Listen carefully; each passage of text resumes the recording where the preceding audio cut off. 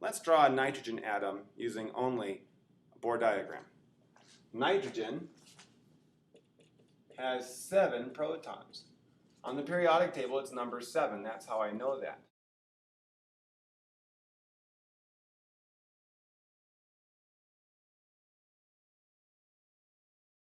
Now we draw it. Let's draw the nucleus. 1, 2, 3, 4, 5, 6, 7. We're going to draw 7 electrons. We're going to need an orbital. Now the first orbital can only hold 2 electrons. Always. First orbital only holds 2. That means we need a second orbital. The second orbital can only hold 8 electrons. But we don't need to put 8 electrons in because once I get to 5, we have 5 there, 2 there, that's 7. That's our nitrogen atom. But atoms like to have only full orbitals. So, does this have only full orbitals? The first orbital is full, but the second orbital is not. We can do one of 2 things.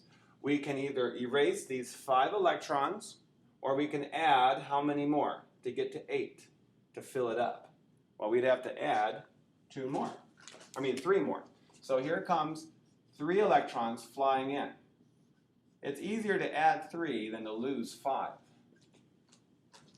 Now all we do is take an inventory. We have how many protons? Well, we haven't touched that, so that stays the same. That's always the same. How many electrons do we have? Well, we had 7. We gained 3 more, so now we have 10.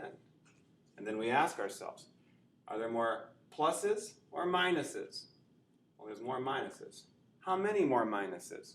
There are 3 more minuses. So nitrogen becomes an ion with a charge of -3 because it gained 3 electrons. It gained 3 negatives, so it is in a negative ion. And this, by the way, will be attracted to other elements that have a charge of +3.